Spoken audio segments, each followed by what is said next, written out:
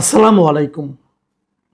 প্রিয় দর্শক, বিএনপির নতুন মন্ত্রিসভা গঠিত হওয়ার পর প্রথম যেই দিন সচিবালয়ে প্রথম যে কার্য দিবস সচিবালয়ে কাজ করতে গিয়েছিলেন বিএনপির মহাসচিব এবং সরকারের এলজিআইডি মন্ত্রী, মানে স্থানীয় সরকার বিষয়ক যে মন্ত্রী মির্জা ফখরুল ইসলাম আলমগীর, তখন তাকে জিজ্ঞাসা করা হয়েছিল, সাংবাদিকরা জানতে চেয়েছিলেন যে আপনারা স্থানীয় সরকার নির্বাচনটা কবে দেবেন। মির্জা ফখরুল ইসলাম আলমগীর বেশ দৃঢ়তার সঙ্গে বলেছিলেন যে খুব দ্রুতই স্থানীয় সরকার নির্বাচন হবে। এখন খুব দ্রুত বলতে কতদিন? ধরে নেওয়া যায় 1 মাস অথবা 2 মাস, এই তো অল্প সময়ের মধ্যেই স্থানীয় সরকার নির্বাচন দেওয়া হবে। মার্চের সেকেন্ড উইকে যদি সংসদ বসে, তার আগেও দেওয়া যেতে পারে, তারপরেও দেওয়া যেতে পারে, যে কোনো সময় দেওয়া যেতে পারে। এটা কিন্তু কঠিন কোনো কাজ নয়। এখন বলে দিলে কালকের থেকে হয়তো নির্বাচনের তফসিল ঘোষণা করে, নির্বাচনের প্রস্তুতি নেবে, নির্বাচন কমিশন তফসিল ঘোষণা করবে, তারপর হয়তো 1.5-2 মাসের একটা প্রক্রিয়া। এই স্থানীয় সরকার নির্বাচন কিন্তু আরও আগেই হওয়ার কথা ছিল। মানে অন্তর্বর্তীকালীন সরকারও বলেছিলেন তারা জাতীয় নির্বাচনের আগে স্থানীয় সরকার নির্বাচন দেবে, তখন বিএনপি রাজি হয়নি। যাই হোক, এই যে গত বুধবার যে মির্জা ফখরুল ইসলাম আলমগীর বললেন, এই বলার পর আমরা এখন কি দেখলাম? আমরা দেখলাম, আজকে আমরা জানতে পারলাম যে 6টা সিটি কর্পোরেশনে সরকার 6 জন প্রশাসককে নিয়োগ করেছেন। এই 6টা সিটি কর্পোরেশন কোনটা? ঢাকা উত্তর, ঢাকা দক্ষিণ, নারায়ণগঞ্জ, তারপরে সিলেট, গাজীপুর এবং খুলনা। এই যে 6টা সিটি কর্পোরেশনে তারা প্রশাসক নিয়োগ করলেন। তো এই সিটি কর্পোরেশনগুলো আগে কীভাবে চলতো? আগেও প্রশাসক দিয়েই চলতো। তাই পার্থক্যটা হলো এই, আগের প্রশাসকরা প্রায় সবাই, মানে ঢাকা উত্তর ছাড়া আর সবগুলি ক্ষেত্রেই সিটি কর্পোরেশন চলেছে পুরো অন্তর্বর্তীকালীন সরকারের সময়টাতে চলেছে বিভিন্ন রকম সরকারি আমলা দ্বারা। একমাত্র উত্তরে একজন আমলার বাইরে একজন বেসরকারি ব্যক্তি, উনি মোহাম্মদ এজাজ নামে এক ব্যক্তি, উনি এখানে সিটি কর্পোরেশনের মেয়র হিসেবে ওনাকে নিয়োগ দেওয়া হয়েছিল। অনেকটা প্রশাসকের মতোই ছিলেন এবং সেই নিয়োগের পেছনে অন্তর্বর্তীকালীন সরকারের একজন উপদেষ্টা আসিফ মাহমুদ সজীব ভুঁইয়ার সরাসরি ভূমিকা ছিল, কারণ উনি চিঠি লিখে বলেছিলেন যে তাকে দেওয়া হোক।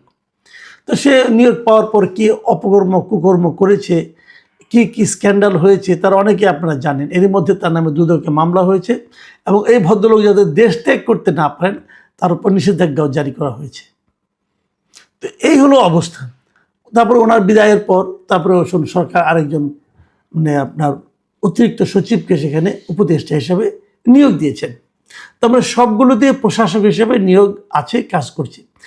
এগুলোকে সবাইকে সরিয়ে এই যে 6 জন প্রশাসক নিয়োগ করেছে বর্তমান সরকার, এটা ভালো কি মন্দ সেটা হয়তো পরে বিচার হতো, কিন্তু প্রশ্ন হচ্ছে প্রকাশক হিসেবে তারা কাদেরকে নিয়োগ করেছে?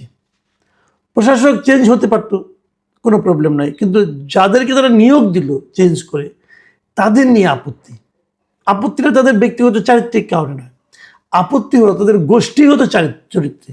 গোষ্ঠীগত মানে বলছি আমি, যে 6 জনকে নিয়োগ দিয়েছে, এই 6 জনকে আপনি একভাবে চিনতে পারবেন। সেটা হলো কি, এরা 6 জনই বিএনপির নেতা, যার যার এলাকায় প্রত্যেকে বিএনপির নেতা, এবং এরা কেন্দ্রীয় নেতা, কেউ আঞ্চলিক নেতা, কেউ বিএনপির হয়ে নমিনেশন পেয়ে নির্বাচনে হেরেছেন, তারপরে তাকে দেওয়া হয়েছে।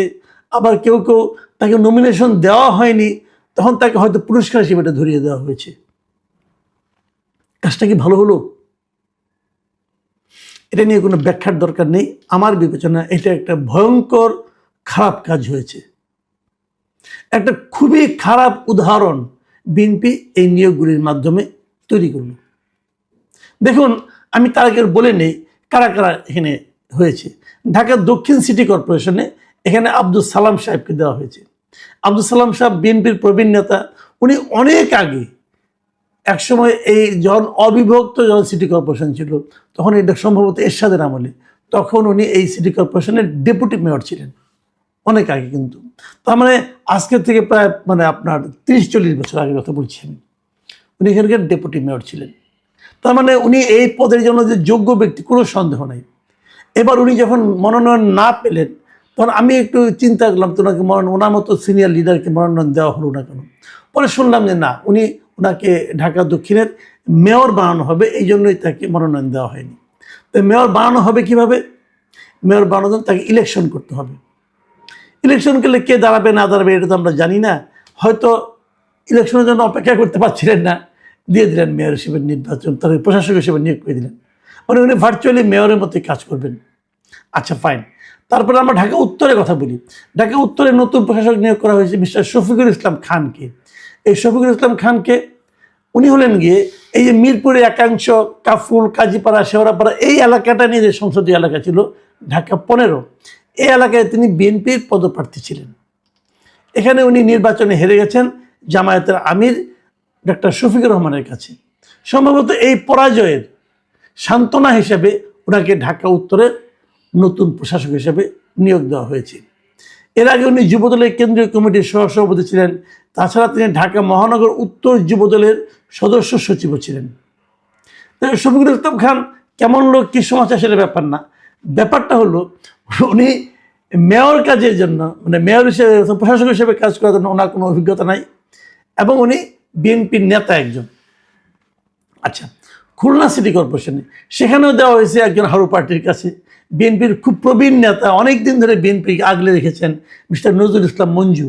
উনিও কিন্তু এবার নির্বাচনে খুলনা 2 আসনে, মানে সোনাডাঙ্গা ও সদর, এই আসনে ধানের শীষের প্রার্থী ছিলেন, এবং উনি জামায়াতে ইসলামের খুলনা মহানগর শাখার সাধারণ সম্পাদক শেখ জাহাঙ্গীর হোসেন বেলালের কাছে নির্বাচনে পরাজিত হয়েছেন। এখন এই পরাজয়ের পর ওনার মনে নিশ্চয়ই কোনো মনোবেদনা তৈরি হয়েছে। সেই মনোবেদনা লাঘবের জন্য ওনাকে আরও বড় পদে, মানে ওনাকে মেয়র পদে মনোনয়ন দেওয়া হয়েছে। মেয়র ঠিক নয়, প্রশাসক। প্রশাসক আর মেয়র একই রকম মনে করবেন। গাজীপুর সিটি কর্পোরেশন, সেখানেও মেয়র হয়েছেন নতুন একজন মেয়র, মানে নতুন একজন প্রশাসক নিয়োগ করা হয়েছে মিস্টার শওকত হোসেন সরকার। এই শওকত হোসেন সরকার গাজীপুর মহানগর বিএনপির সভাপতি। উনি অনেক দিন ধরে 2013 সালে যখন গাজীপুর হয় সিটি কর্পোরেশন হয়, তার আগে তিনি ওই এলাকার যে কাশিমপুর ইউনিয়ন আছে একটা, সেই কাশিমপুর ইউনিয়নের চেয়ারম্যান ছিলেন। এই পদে তার বাবাও চেয়ারম্যান ছিলেন গিয়াসউদ্দিন সরকার, তার চাচা সোহরাবুদ্দিন সরকার তিনিও চেয়ারম্যান ছিলেন, এমনকি তার দাদা জাবেদ আলী সরকার তিনিও এখানকার চেয়ারম্যান ছিলেন। তো উনি অনেকদিন ধরে চেয়ারম্যান ছিলেন কাশিমপুর ইউনিয়নে। এবার উনি গাজীপুর সিটি কর্পোরেশনের প্রশাসক হিসেবে নিয়োগ পেলেন। এখানে কিন্তু আগে, মানে আওয়ামী লীগ আমলের শেষ দিকে জাহাঙ্গীর আলম ছিলেন মেয়র। যাই হোক, তারপর Narayanganj city corporation. Narayanganj city corporation বললেই কিন্তু আমরা বুঝি যে সেরেনা হায়াত আইভি, উনি এখানকার মেয়র ছিলেন।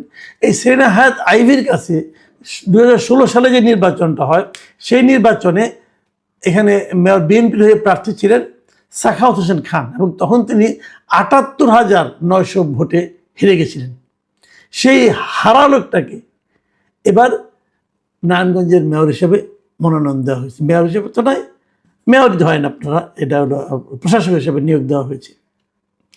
এবং উনি এমনিতেও নারায়ণগঞ্জ মহানগর বিএনপির সিনিয়র সহসভাপতি। সিলেট সিটি কর্পোরেশনের কথা ধরেন, সিলেট সিটি কর্পোরেশনের প্রশাসক নিয়োগ করা হয়েছে আব্দুল কাইয়ুম চৌধুরীকে। এই আব্দুল কাইয়ুম চৌধুরী কিন্তু একসময় সাবেক অর্থমন্ত্রী ছিলেন যে সাইফুর রহমান সাহেব, ওনার রাজনৈতিক সচিব ছিলেন। কিন্তু উনি এইবার সিলেট 3 আসন থেকে মনোনয়ন চেয়েছিলেন, দক্ষিণ সুরমা, ফেঞ্চুগঞ্জ, বালাগঞ্জ, কিন্তু তিনি মনোনয়ন পায়নি। এই আসনে মনোনয়ন পেয়েছে যুক্তরাজ্য বিএনপির সদ্য সাবেক সভাপতি এম এ মালিক। তো ওনাকে নির্বাচন দেওয়া হয় না, পর ওনাকে দায়িত্ব দেওয়া হয়েছিল যে এই সিলেট জেলার যতগুলি সংসদীয় আসন আছে সবগুলি আসনের যারা নাকি প্রার্থী তাদের নির্বাচনী সমন্বয়ক হিসেবে কাজ করার জন্য। উনি কাজটা ভালোভাবে করেছেন, এবং হয়তো তারই পুরস্কার হিসেবে ওনাকে সিলেটের এখন প্রশাসক হিসেবে নিয়োগ করা হয়েছে। তো মোটামুটি আমরা দেখলাম যে সব জায়গায় একদম দলীয় লোককে প্রশাসক হিসেবে নিয়োগ করা হলো। কেন? সরকার ইচ্ছা করলে পারে, কিন্তু এই কাজটা কি ভালো হলো? আপনি তো নির্বাচন দিবেন, আপনি অনির্বাচিত ব্যক্তিকে দিলেন কেন? যদি প্রশাসকে নিয়োগ করতে হয় তাহলে তো সরকারি লোককে প্রশাসক নিয়োগ করেন। যেটা নাকি সবসময় আমরা দেখে এসেছি ট্র্যাডিশন, যে একজন অতিরিক্ত সচিবকে প্রশাসক নিয়োগ করা হয়, তিনি মেয়রের মতো কাজ করেন। আপনি তো অনেকদিন ওয়েট করেছি আমরা।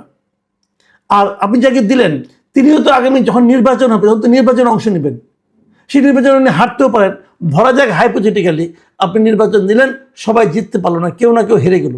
যে হেরে গেল সে তাহলে মেয়র হওয়ার যোগ্য না, মানে অন্তত পক্ষে ওই এলাকার যারা নাকি জনগণ আছে, ভোটার আছে, তারা মনে করছে যে এই লোকটা মেয়র হওয়ার যোগ্য না, কাজে তাকে ভোট দিলাম না। যে মেয়র হওয়ার যোগ্য না তাকে আপনি প্রশাসক বানালেন কেন? প্রশাসক আর মেয়র কিন্তু মোটামুটি ভার্চুয়ালি একই কাজ করেন, একই ধরনের ক্ষমতা তারা ভোগ করেন। তো যিনি মেয়র হওয়ার যোগ্য নয় বলে জনগণ রায় দিল, তাকে আপনি আগে প্রশাসকটা বানালেন কেন? তাকে পুরস্কার দেওয়ার জন্য। এই পুরস্কারটা আপনাকে দিতে পারেন। সিটি কর্পোরেশনটা তো বিএনপির প্রপার্টি না, এটা মাথায় রাখতে হবে। এই সিটি কর্পোরেশনগুলি কি বিএনপি প্রপার্টি না? বিএনপিকে জনগণ দায়িত্ব দিয়েছে সরকার পরিচালনার জন্য, এবং সরকার পরিচালনার ক্ষেত্রে এই যে সিদ্ধান্তটা, এটা কি ভালো কোনো সিদ্ধান্ত হলো? এটা কি একদম নিরপেক্ষ কোনো সিদ্ধান্ত হয়েছে? কেন এটা করলেন আপনারা? আমরা কিন্তু বিএনপিকে অন্যরকম ভাবছি এখন। আমরা শুরু থেকেই বলছি যে বিএনপি আমাদের গতানুগতিক রাজনৈতিক দলগুলোর মতো আচরণ করছে না, তারা অন্যরকম একটা সবার জন্য সরকার, সবার হয়ে নিরপেক্ষ আচরণ করার চেষ্টা করতেছে। আমরা সেটার প্রশংসা করছি। অন্ততপক্ষে 7-10টা দিন আমাদেরকে দেন প্রশংসা করার জন্য। আমাদের এই সুযোগটা আপনারা নিয়ে নেবেন। এরকম এত দলীয় সিদ্ধান্ত এর আগে কোনো দলীয় সরকারও নেয় নাই।